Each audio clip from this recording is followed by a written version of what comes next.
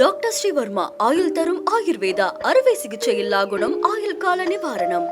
Yesterday courier private limited. Domestic international cargo உங்கள் இல்லம் தேடி வந்து கொரியர் புக்கிங் டெலிவரி செய்து தரப்படும். தலைப்புச் செய்திகள். திருவனந்தபுரத்தில் இருந்து 5 எம்பிக்கள் உட்பட 150 பயணிகளுடன் டெல்லி புறப்பட்ட ஏர் இந்தியா விமானத்தில் கோளாறு. சென்னையில் தரையிறக்கப்பட்டதால் அனைவரும் உயிர் தப்பினர். கோவை சென்ற முதலமைச்சர் மு.க. ஸ்டாலினுக்கு கட்சி தொண்டர்கள் பொதுமக்கள் உற்சாக வரவேற்பு. திருப்பூரில் 295 கோடி ரூபாய் மதிப்பிலான நலத்திட்டங்களை இன்று வழங்குகிறார்.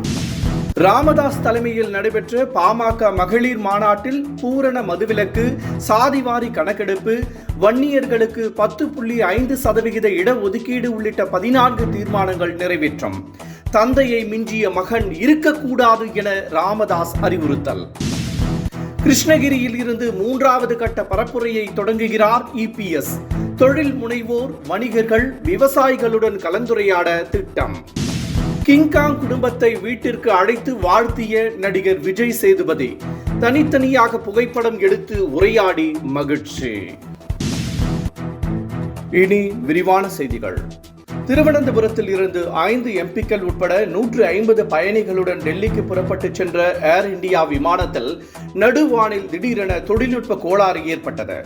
உரிய நேரத்தில் கண்டுபிடித்த விமானி உடனடியாக சென்னை விமான நிலையத்தில் தரையிறக்கினார். இதனால் அனைவரும் நல்வாய்ப்பாக உயிர் தப்பினர். வாக்கு திருட்டு புகார் தொடர்பான போராட்டத்தை ராகுல் காந்தி தீவிரப்படுத்தியுள்ள நிலையில் இன்று அவரது தலைமையில் இந்தியா கூட்டணி சார்பில் பேரணி நடைபெறுகிறது. நாடாளுமன்ற வளாகத்தில் இருந்து தேர்தல் ஆணையம் வரை பேரணியை நடத்த அவர் திட்டமிட்டுள்ளார். 2024 மக்களவைத் தேர்தலில் வாக்கு திருட்டில் ஈடுபட்டதே பாஜக ஆட்சிக்கு வர காரணம் என ராகுல் குற்றம் சாட்டியுள்ளார்.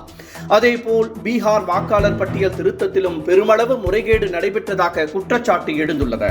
இதுகுறித்து விசாரணை நடத்த வேண்டும் என வலியுறுத்தப்பட்டு வரும் நிலையில் தேர்தல் ஆணையம் அதனை மறுத்து வருகிறது.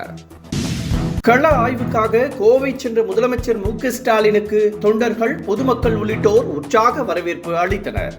கோவை, திருப்பூர், உடுமலைப்பேட்டையில் முதல்வர் கள ஆய்வு மேற்கொண்டு நலத்திட்ட உதவிகளை வழங்குகிறார். திருப்பூரில் 295 கோடி ரூபாய் மதிப்பிலான நலத்திட்டங்களையும் முதலமைச்சர் வழங்குகிறார்.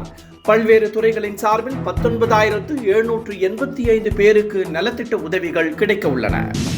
3வது கட்ட தேர்தல் பரப்புரையை இபிஎஸ் இன்று கிருஷ்ணகிரியில் இருந்து தொடங்குகிறார். மக்களை காப்போம், தமிழகத்தை மீட்போம் என்ற தலைப்பில் சட்டப்பேரவை தொகுதி வாரியாக இபிஎஸ் சுற்றுப்பயணம் மேற்கொண்டு வருகிறார். இதுவரை அவர் 2 கட்ட தேர்தல் பிரச்சாரத்தை முடித்துள்ள நிலையில் இன்று கிருஷ்ணகிரியில் இருந்து மீண்டும் தொடங்குகிறார். இந்த பயணத்தின் போது நடைபயிற்சி மேற்கொண்டு ஆதரவு திரட்டும் இபிஎஸ் விவசாயிகள், தொழில் முனைவோர் உள்ளிட்டோரை சந்தித்து பேச திட்டமிட்டுள்ளார். ராமதாஸ் தலைமையில் பாமக மகளிர் மாநில மாநாடு நடைபெற்றது. பூம்புகாரில் நடைபெற்ற இந்த மாநாட்டில் பூரண மதுவிலக்கு, வன்னியர்களுக்கான 10.5% இடஒதுக்கீடு உள்ளிட்ட 14 தீர்மானங்கள் நிறைவேற்றப்பட்டன. மாநாட்டில் பேசிய ராமதாஸ், வலுவான கூட்டணியை அமைப்பேன் என்றும் தந்தையை மகன் மிஞ்சிவிடக் கூடாது என்றும் குறிப்பிட்டார். அண்ணா திராவிட மக்கள் முன்னேற்ற கழகத்தின் கொடி அறிமுக விழா ஈரோட்டில் நடைபெற்றது. இதனைத் தொடர்ந்து கட்சியின் மாவட்ட செயலாளர்களின் ஆலோசனை கூட்டம் நடைபெற்றது. வரும் தேர்தலில் திமுகவிற்கு ஆதரவு அளிப்பது என முடிவு செய்யப்பட்டுள்ளதாக அக்கட்சியின் பொதுச் செயலாளர் பசும்பொன் பாண்டியன் அறிவித்துள்ளார். முழுவீச்சில் தேர்தல் பணிகளை மேற்கொள்ளுமாறு அவர் நிர்வாகிகளுக்கு அறிவுறுத்தியுள்ளார். அதிமுக தலைவர்களை விமர்சிக்க கூடாது என விசிகவினருக்கு திருமாவளவன் உத்தரவிட்டுள்ளார்.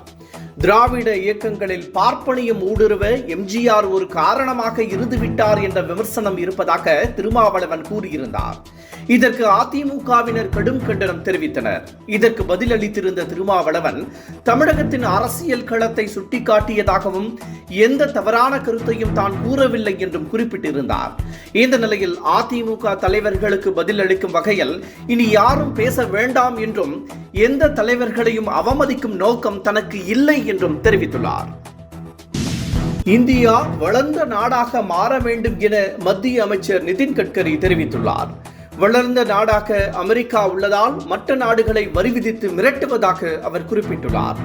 இந்தியா இறக்குமதியை குறைத்து ஏற்றுமதியை அதிகரிக்க வேண்டும் என்றும், அப்படி மாறிவிட்டால் நம்மை யாரும் இனி மிரட்ட முடியாது என்றும், அதைத்தான் நம் கலாச்சாரம் கற்றுக் கொடுக்கிறது என்றும் நிதின் கட்கரி கூறியுள்ளார். நடிகர் கிங்காங் குடும்பத்தை வீட்டிற்கு அழைத்து நடிகர் விஜய் சேதுபதி வாழ்த்து தெரிவித்துள்ளார். கிங்காங் மகள் திருமணம் அண்மையில் நடைபெற்றது. முதலமைச்சர் மு.க.ஸ்டாலின் உள்ளிட்டோர் கலந்து கொண்டு வாழ்த்தினர். இதேபோல் திரையுலக பிரபலங்கள் பெருமளவு திரண்டு வந்து வாழ்த்து தெரிவித்தனர். அதே வேளையில் திருமணத்திற்கு வர இயலாதவர்கள் கிங்காங் குடும்பத்தினருக்கு வாழ்த்து தெரிவித்தும் வருகின்றனர். இந்த நிலையில் நடிகர் விஜய் சேதுபதி கிங்காங் குடும்பத்தை தனது இல்லத்திற்கு அழைத்து மணமக்களை வாழ்த்தினார். இத்துடன் இந்த செய்திகள் நிறைவடைகின்றன.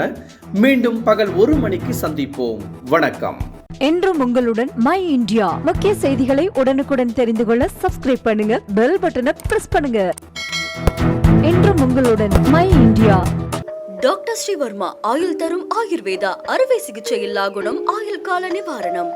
Yesterday courier private limited domestic international cargo உங்கள் இல்லம் தேடி வந்து கொரியர் புக்கிங் டெலிவரி செய்து தரப்படும்.